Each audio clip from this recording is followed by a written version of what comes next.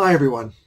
Well, here we are on Thursday, the 15th of October, and that means that we're quickly heading into our busy weekend with our annual general meeting happening on Sunday afternoon. If you haven't already signed up, please go to our website and sign up or call the office, and they'd be glad to make sure that there's a place for you.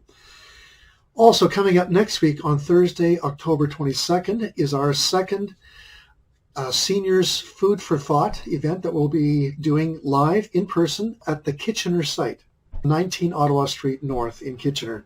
If you haven't already signed up for that, and I know that we still have lots of room, so we would love to see as many as possible come out and hear the story of how Barnabas Missions came to be and what they've done over the years to sort of build that ministry up in the KW area, but also what are they doing now during the COVID pandemic and the ways that they are engaging with people of need in our community. So I hope that you can come. If you can come in person, please call the office to register or go online to the Seniors Ministry page and fill out the registration form there. We'd love to see you there. We'll also be broadcasting it live on Facebook Live. So hopefully you can be either there in person or online.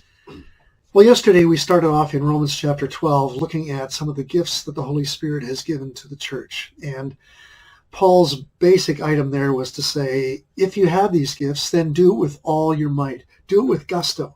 Do it for the glory and the praise of the one who gave you those gifts. We ended off in Romans chapter 12, verses 6 to 8. And now we're going to continue on in verse 9, and we'll continue on in these verses for the next few days. But verse 9 says this: don't just pretend to love others. Really love them. Hate what is wrong. Hold tightly to what is good. That is really good advice to have.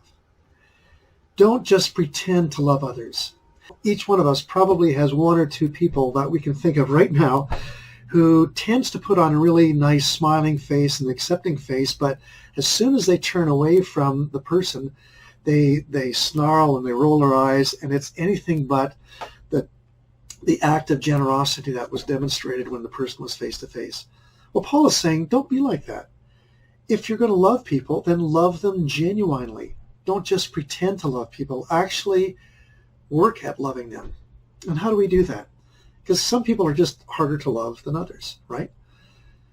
Well, I have found for me in my life, asking God to help me develop a love for a person that I otherwise probably would not be able to stand very much is the first place that I need to do.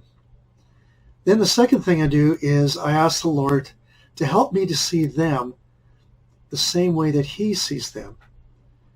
And that often works really good for me because I have to think about the ways that the Lord sees me.